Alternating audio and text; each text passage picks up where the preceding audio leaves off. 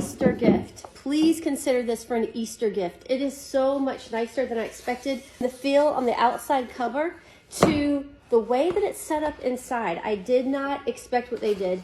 You can see right here, see how that's all color coordinated right here? You can see what each part's gonna be about. So this is serving present needs, alienation or belonging, liberation and freedom.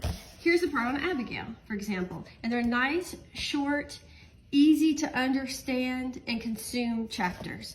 So in each chapter is set up this way on each person. So here's Abigail, here's some artwork, the story of Abigail, then it talks about the synopsis, it gives the Bible verses, what to read, the outline, and then how to apply it to today.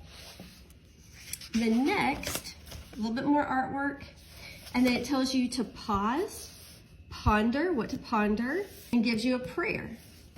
And then you go into the next chapter. It would make a great, great Easter gift. And Easter is this month, March 31st. So you just have a little bit more time, but it will arrive in time if you get it now.